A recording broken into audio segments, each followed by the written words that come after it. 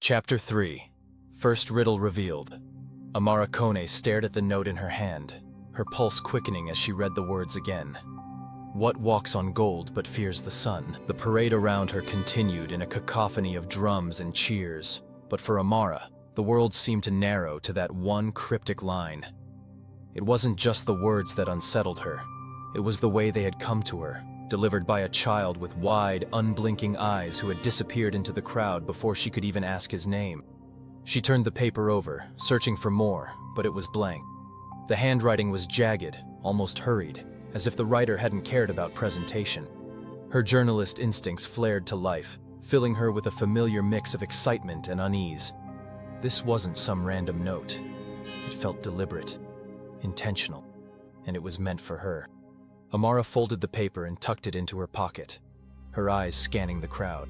The sea of orange and green was thick with energy, fans cheering and waving flags as the elephants continued their slow, regal march toward the Thames. She should have been focused on capturing the moment, the vibrant costumes, the painted tusks, the sheer power of a nation's pride on display. But the note tugged at her, pulling her focus away from the parade and toward the mystery brewing beneath the surface. Her phone buzzed in her bag. She pulled it out and saw a text from her editor, a curt reminder to send over the photos by the evening deadline. Amara ignored it, slipping the phone back into her pocket. There was something more important here, something that couldn't be ignored. The rhythm of the drums grew louder, pulling her gaze back to the parade. She watched as the lead elephant moved past her, its tusks glinting in the sunlight. The intricate patterns painted on them seemed to shimmer, almost as if they were alive. Amara squinted, trying to make sense of the strange markings. They weren't just decorative. They looked purposeful, almost like they were hiding a message in plain sight. Her mind wandered back to the note. Could there be a connection? A voice broke through her thoughts. Miss Kone, enjoying the show. She turned to see one of the parade organizers, a tall man in a crisp green blazer with a pin of the elephant's country flag on his lapel. His smile was warm, but there was something about the way his eyes darted to the crowd that made her suspicious. Yes, it's beautiful, she replied, forcing a smile of her own. The elephants are incredible, he nodded. They are a symbol of our strength, our perseverance. They remind us of where we come from and where we're going. Amara tilted her head, studying him. Do you think they remind everyone, or just those who know how to look? The man's smile faltered for a split second, but he recovered quickly. I suppose that depends on the person, he said, his tone measured. Some see only the surface, others see the depth.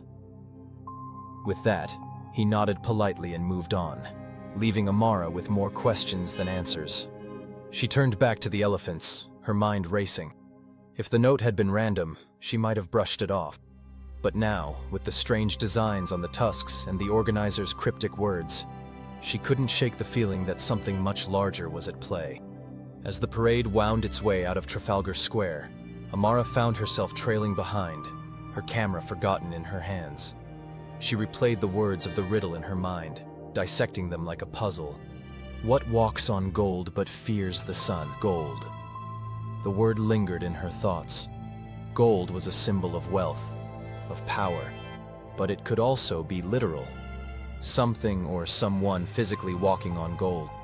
And the sun. Why fear the sun? Was it metaphorical, or something more tangible? Her curiosity itched, and she knew she wouldn't rest until she uncovered the answer. This was what she lived for. The thrill of chasing a story, the rush of piecing together a mystery. And this felt like the start of a story that could change everything. Amara pulled out her phone and began typing the riddle into a search engine, hoping for a clue. Her screen filled with results about mythology, riddles, and cryptic puzzles, but nothing concrete. She frowned, frustration prickling at her. This wasn't going to be easy. As she scrolled, a thought struck her. The elephants, the painted tusks, the ornate blankets, the symbols woven into every detail of the parade. It all felt connected. She had assumed the designs were just cultural, a celebration of the team's heritage. But now she wasn't so sure. She pulled out the note again, reading the riddle for what felt like the 100th time. Her eyes drifted back to the crowd, searching for the boy who had given it to her. But he was nowhere to be seen. Instead, her gaze fell on Lila, the street performer on stilts, who was weaving through the parade with practiced ease. For a moment, Lila paused near the lead elephant, her hand brushing the blanket on its back. Amara's journalist instincts buzzed. She wasn't the only one noticing the details. By the time the parade reached the banks of the Thames, Amara had made up her mind. The riddle wasn't just a puzzle, it was a clue. A thread in a web she couldn't yet see, but one she was determined to untangle. As the crowd erupted into cheers and the elephants raised their trunks in a final salute, Amara's focus remained laser sharp. She didn't know who had sent her the note or why, but one thing was certain. The story of the World Cup final wasn't just about football.